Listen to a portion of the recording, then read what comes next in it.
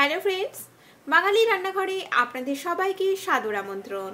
আজ আমি আপনাদের সাথে আবারও চিংড়ি মাছের একটি রেসিপি নিয়ে হাজির হয়েছি। আজ আমি বানাচ্ছি আলু বেগুন চিংড়ির তরকারি। এটা কিন্তু আপনারা গরম ভাতেও খেতে পারেন, আবার এটা রুটির সাথেও কিন্তু বেশ ভালো লাগে। তাহলে চলুন আজকের এই সহজ রেসিপিটা আমরা বানিয়ে ফেলি। বেগুন চিংড়ি বানানোর জন্য আমাদের কি ইনগ্রেডিয়েন্টসগুলো লাগছে আমরা একটু দেখে নিই। এখানে আমি একটা মাঝারি সাইজের বেগুন নিয়েছি, সেগুলোকে এইরকম টুকরো করে কেটে রাখা আছে। এর সাথে লাগছে একটা বড় সাইজের আলু, ছোট ডুমো করে কাটা। এখানে আমি 200 গ্রাম চিংড়ি মাছ মাঝারি সাইজের, এটাকে বেছে নিয়ে ভালো করে ধুয়ে রাখা আছে। এর সাথে লাগছে আমাদের একটা বড় সাইজের পেঁয়াজ কুচানো, 4টে কাঁচা লঙ্কা চেরা আছে, 1 টিস্পুন আদা বাটা, 1 টিস্পুন হলুদ গুঁড়ো, 1 টিস্পুন জিরে গুঁড়ো, আর ফোড়নের জন্য 1/4 টিস্পুন গোটা জিরে নিয়েছি, আর একটা শুকনো লঙ্কা। এর সাথে লাগছে আমাদের স্বাদ মতো লবণ, আর রান্নার জন্য আমি এটাতে ইউজ করছি সর্ষের তেল। প্রথমে আমি চিংড়ি মাছটাকে লবণ আর হলুদ মাখিয়ে নিচ্ছি।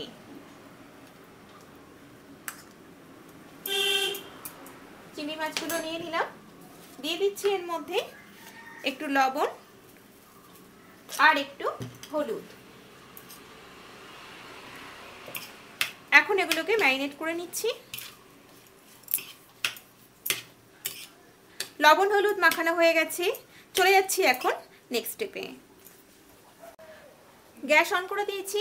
এখন আমি কড়াইতে দিয়ে দিচ্ছি 2 টেবিল স্পুন সর্ষের তেল। তেলটাকে গরম হতে দিচ্ছি। তেল গরম হয়ে গেছে, এখন প্রথমেই আমি আলুগুলোকে ভেজে নিচ্ছি।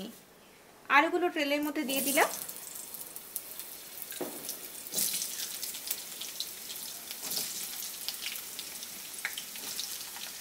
আলুগুলো ভাজার সময় এর মধ্যে একটু লবণ আর হলুদ দিয়ে দেব।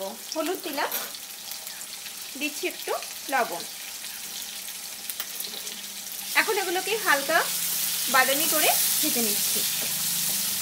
ঢাকা দিয়ে দিচ্ছি, তাহলে ভিতরটা তাড়াতাড়ি সেদ্ধ হয়ে যাবে। 2-3 মিনিট হয়ে গেছে, আলুগুলো প্রায় ভাজা হয়ে গেছে। আমি মাঝখানে এটাকে একবার নেড়ে দিয়েছি। এখন আলুগুলোকে তেল থেকে তুলে নেব। এই তেলের মধ্যে এবার বেগুনটা ভেজে নিচ্ছি।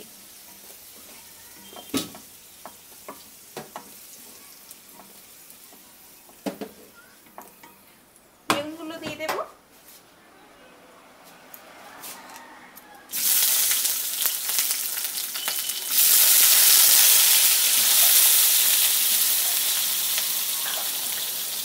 বেগুনগুলো ভাজার সময়ও বেগুনের মধ্যে একটু অল্প পরিমাণ লবণ দিয়ে দিলাম। এখন এগুলোকে ভেজে নিচ্ছি।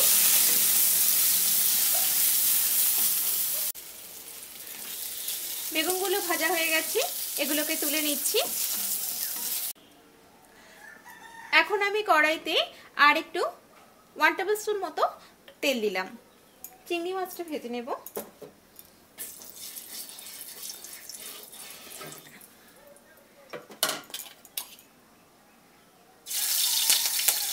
মাছগুলোকে হালকা করে ভেজে নেব।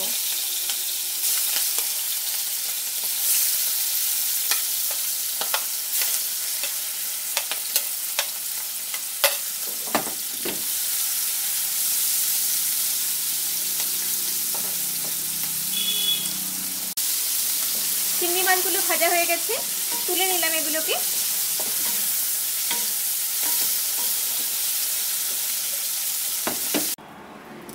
এখন আমি এই তেলের মধ্যে ফোড়ন দিচ্ছি একটা শুকনো লঙ্কা আর একটু গোটা জিরে।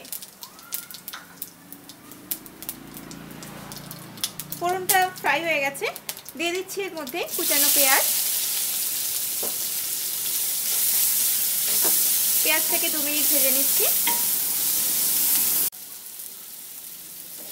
পেঁয়াজটা হালকা ভাজা হয়ে গেছে, দিয়ে দিচ্ছি এর মধ্যে জিরা, কাঁচা লঙ্কা। আপনারা চাইলে কিন্তু একটু রেড চিলি পাউডারও দিতে পারেন। এর মধ্যে দিচ্ছি আদা বাটা,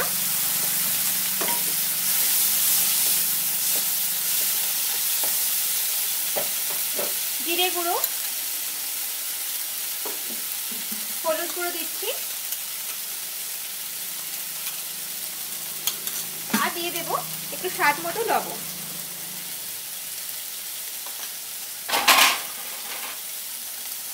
মশলাটা কষানোর জন্য একটু সামান্য পরিমাণ জল দিলাম।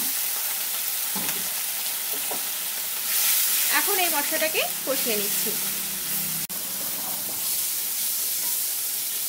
মশলাটা কষানো হয়ে গেছে, এর মধ্যে এবার আমি ভেজে রাখা বেগুন আর আলুটা দিয়ে দিলাম। নেড়ে নিচ্ছি একটু ভালো করে।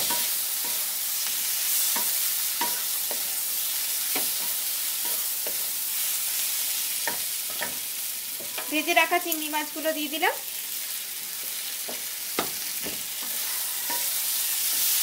এক দেড় মিনিট এটাকে নেড়ে নিয়ে আমি এর মধ্যে এবার জল দিয়ে দেবো।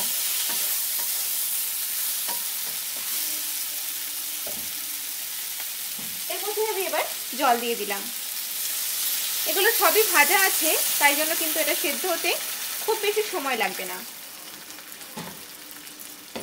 তাই জলের পরিমাণটা একটু কমই লাগবে।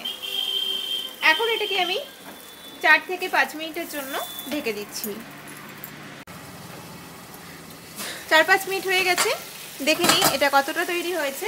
এটা বেশ অনেকটাই কিন্তু ড্রাই হয়ে গেছে। আমি একটু লবণটা চেক করে নিচ্ছি।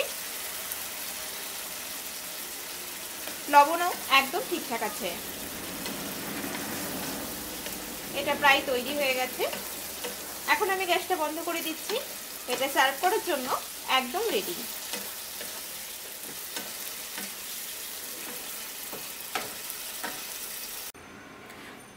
তৈরি হয়ে গেল আমাদের বেগুন চিংড়ির তরকারি।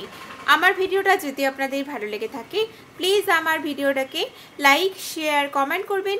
আর নিত্য নতুন রেসিপির আপডেট পাওয়ার জন্য আমার চ্যানেলটিকে সাবস্ক্রাইব করবেন। সবাই ভালো থাকবেন। আমি আবারও হাজির হব নতুন কোনো রেসিপি নিয়ে। নমস্কার।